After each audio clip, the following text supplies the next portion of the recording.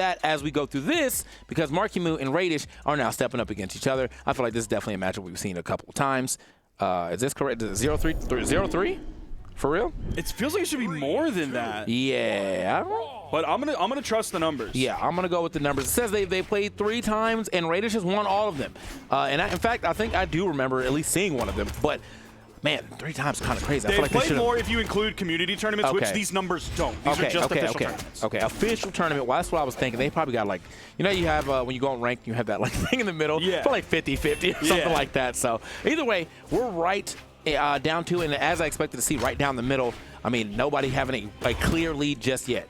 So one thing that's probably feeling like pretty decent for Marckiemoo here is going into Raydish versus like a hammer player. I think PJ talked to him and he was talking about like how it's like legends like Mordex can struggle quite a bit in like the current heavy weapon meta. So it's something he really doesn't have to contend too much with. He still might have to deal with anonymous Alex's, depending on how well Alex does. But right now he just has to focus on Raydish, has to focus on this orb. He has a nice lead on it, about a 40 damage lead as we're getting towards the end of Raydish's first stock. Marckiemoo still has some room to go. Both the players whiffing. The only counter punish comes out from Raydish there, interrupting the GCD light after that whiff from Marckiemoo. Again, the classic low Marckiemoo recovery. The neutral area just reaches up, throws down. It feels like he has the force of like a hammer recovery on that one, but he's just so far down that he gets the KO off of it. Dude, Marckiemoo, I mean, every time I see him off the stage, I feel like he's going absolutely insane. I mean, his edge guarding is just like top notch, even if it's a reverse, and that was a clean reverse for him to go ahead and get that first stock. But now it's up to Raydish, you know, to get back in here, see if he can make something happen.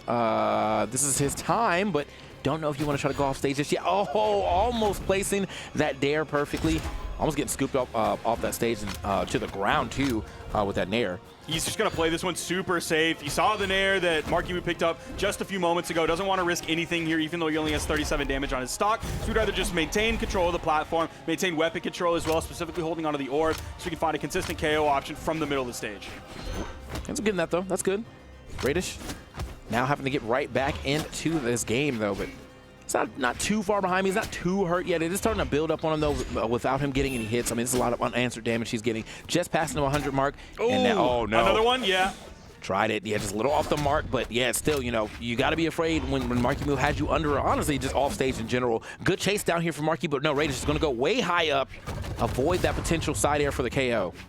I mean, even just in our sets that we've commentated today, you and I, there's another neutral air KO off the bottom. That, the like second scythe ground pound that he has on the edge after he gets the first one, he's taken so many stocks just that we've called today alone. Absolutely. All right, here we go. Raydish. He's trying his best to get right back into this game, but he's way far behind. This is definitely not looking good if you want to be trying to make any type of comeback. And honestly, just Marckiemoo, once again, looking about as dominant as one would expect him to look here in this matchup. Not off of like numbers, though. Like, every approach is just completely shut down by Marckiemoo. Yeah. Marckiemoo, I mean, really just controlling the whole pace of this game right now. Finally takes a little punish to the back, but doesn't seem to matter. Look how much damage he does not have in comparison to the damage he's been able to put on a Raydish. Wow, weak punish after the in-light. Gravity canceled in the complete opposite direction. I feel like Marckiemoo had the chance to do something much bigger there, potentially getting a stock off of that, but I think he just wasn't ready in time. Uh-oh. Right, okay.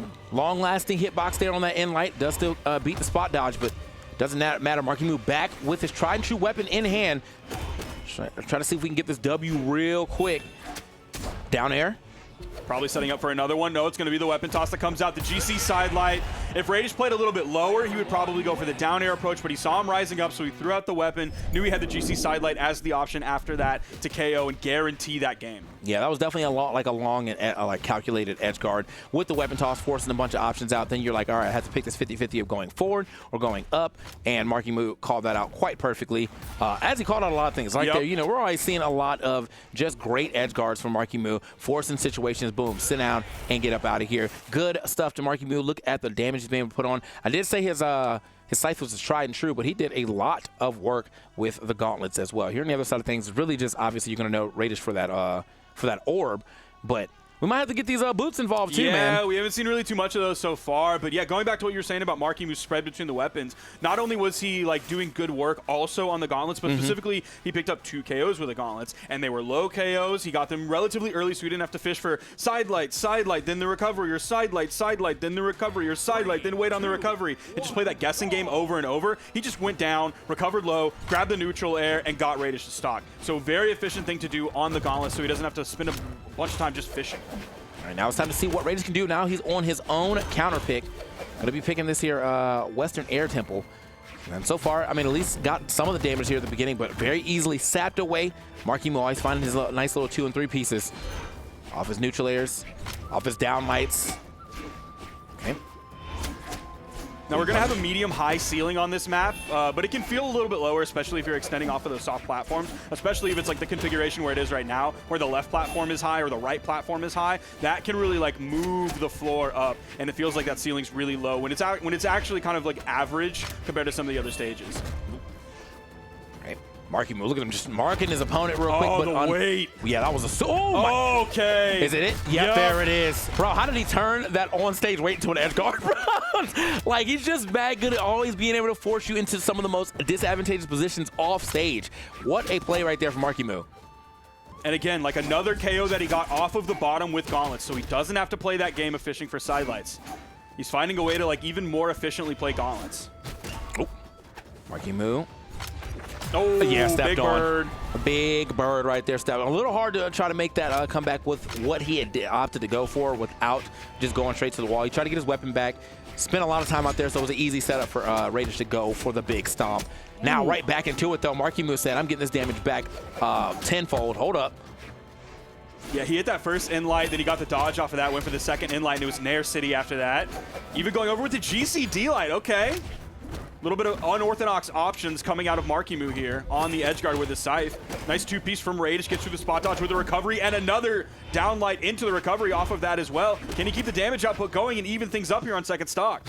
Good of him to even go for like all that chasing, though. I love the fact that he was willing to keep, you know, the pressure on to Marckiemoo. He has to take all of his advantages and go as far as possible with them. Marckiemoo, though, immediately calling out that cross-up air dodge with that recovery. Good stuff, but still a lot of damage that Raydish been able to add up. Almost able to get that stock.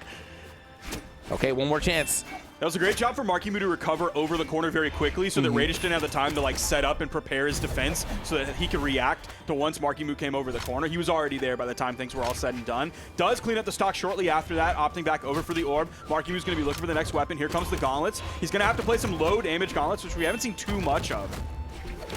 Raydish. All right.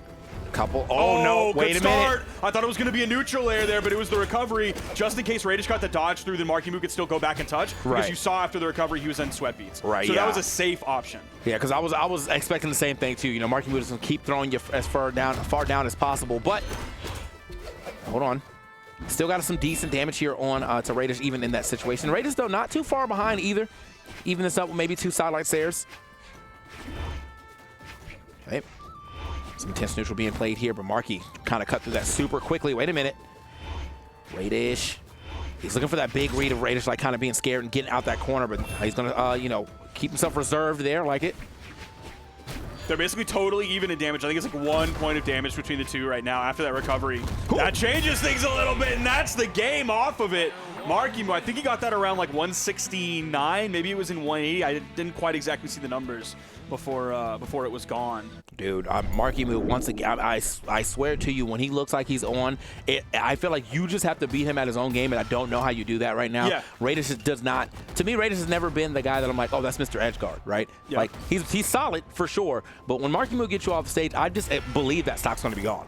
I think in North America, like, no one is going to be able to beat Marckiemoo at his own game. I'll just say that. Now, Acno was able to do it at CEO, but again, that was off of the Diana like Bo Downsig cheese, and that felt more like Marckiemoo playing into that rather than like engaging in I'll call it honest like edge guarding that comes between two players, and that was the fault of Marckiemoo. That wasn't like Acno necessarily outplaying, although some might be able to argue that is an outplay in and of itself by baiting. I think you just really hate that move, huh? You must. What did Diana do to you, bro? Seeing Marckiemoo fall to that over and over and over again, I can only imagine what he was feeling in that moment, dude. It was brutal to watch. Marckiemoo, Raydish, game 3 right here as we get right back into it. Not too much between them, but a slight damage lead here by Marckiemoo. Could be a real problem, could be a major damage lead if he's able to turn this specific edge guard into something. Raydish going super high, still getting hit. Dude, right back out though. The damage lead is so heavy for Marckiemoo right now. Yeah, it. Nice. Ooh. Just barely able to reach up there.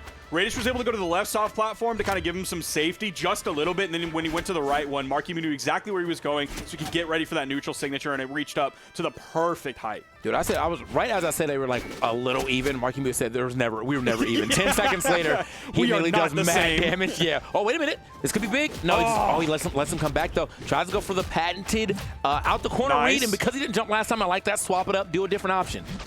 Oh, and he goes for the high option after that, just in case Marckiemoo wanted to change things up. Now he goes low. He's covering high. He's covering low. The bro's getting 50-50. Like actually, like, what am I going to do after this hit? Is it going to be the one on the ground, the one in the air? He hit both of them on the ground so far, but okay. Both of those down sticks definitely going to register. Get him a stock, but he's still pretty far behind here on the second stock. Okay. Nice recovery pickup after the side air. The weapon toss goes down just a little bit low on Raydish. He didn't have to do too much to avoid it, but he still got sent really far after the recovery hit, so it took basically everything to get back. Marckiemoo was able to clean it up very easily. Only 41 damage on the second stock. He's not even halfway, or not even fully into the yellow yet, past that 50 damage. Yeah, Marckiemoo, I mean, just so quick and efficient with the way that he is setting up these edge guards, dude.